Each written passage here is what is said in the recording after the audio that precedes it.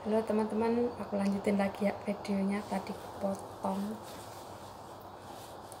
Gini ya teman-teman, kadang orang itu melihat kita cuma dari luar saja, dari enaknya saja, tapi sisi dalamnya kita nggak tahu ya, sebenarnya apa yang terjadi pada kita itu tidak tahu.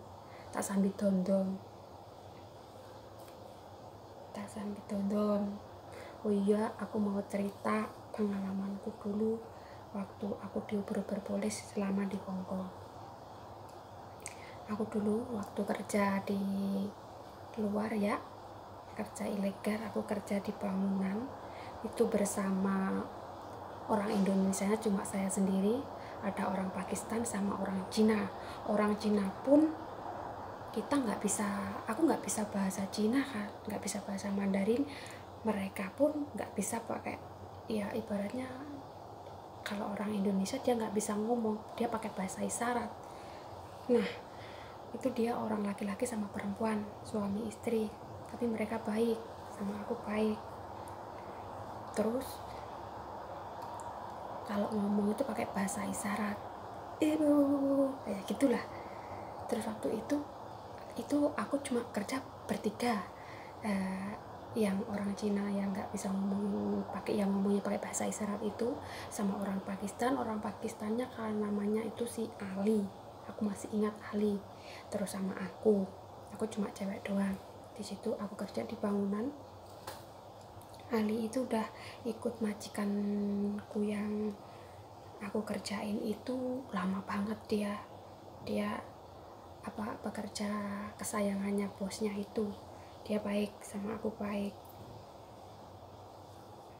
Terus waktu itu aku kan kerja ya, kerja itu di bangunan itu aku disuruh bersihin buangin sampah bekas itu. Orang-orang bangunan kalau orang Indonesia bekas ripeh-ripeh itu loh, itu ya kadang ada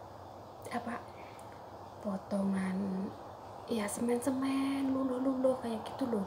Teman-teman jenenge apa ya, pokoknya sampah bekas bangunan sih biasanya kon guaing ngono kan, aku angkatin pakai kereta tolak.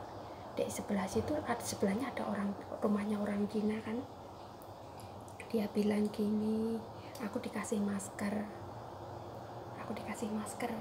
Terus gini dia bilang, cece leci wali kalau ya tenyojo lah, iko ngehim lah.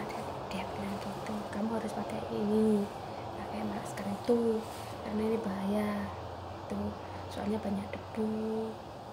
Dia bilangnya kan gitu. Terus terus aku dikasih itu. Nah aku kan kerja kan siang hari kan. Nah di situ kan banyak orang-orang, ada orang-orang di taman, orang Cina juga setengah bayar itu, cowok di taman sambil aku sambil masukin jarum ya, dia sambil baca koran ngawasin aku, video aku waktu aku kerja di situ. Jarak beberapa setengah jam kalau nggak salah. Habis itu ada polisi datang, aku langsung kabur kan, aku sembunyi, aku nggak bawa apa-apa situ. Aku nggak bawa apa-apa, cuma bawa handphone doang. Handphonenya aku bawa, ID card, tas semua masih ada di situ. Aku tinggal lari itu kalau nggak salah sekitar udah jam 3-an, sekitar jam 3, jam 4-an. Nah itu aku lari, itu polis ada satu mobil gitu kan. Orang sini kan kalau di telepon polis kan cepet datang ya gitu. Terus aku lari, habis itu aku telepon. Terus itu si Ali kan kerja di sebelahnya itu, di sebelah bangunan itu. Terus aku bilang sama si Ali ada polis gitu kan. Terus aku sama orang Cinanya disuruh kabur, sembunyi. Terus aku kabur gitu, badanku semua juga belepotan, masih kotor lah kayak gitu kan. Terus aku lari, aku keluar dari bangunan itu.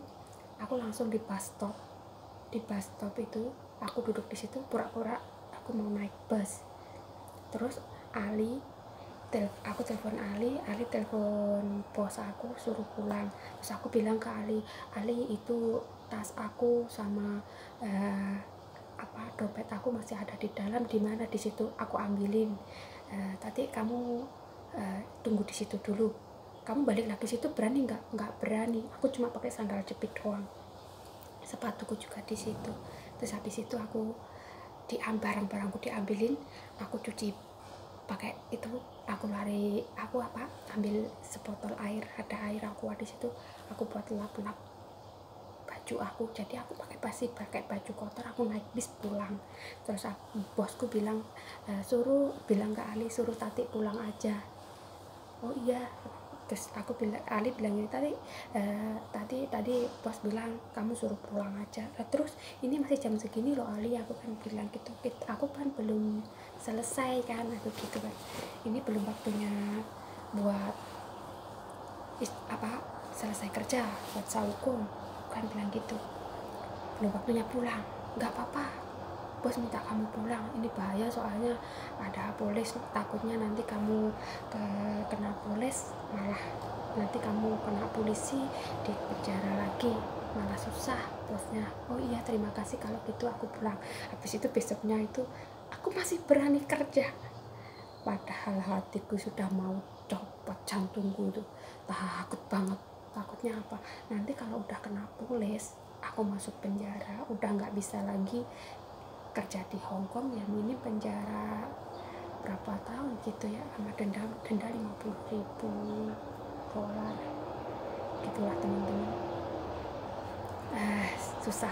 Susahnya di situ, tapi itu sebuah pengalaman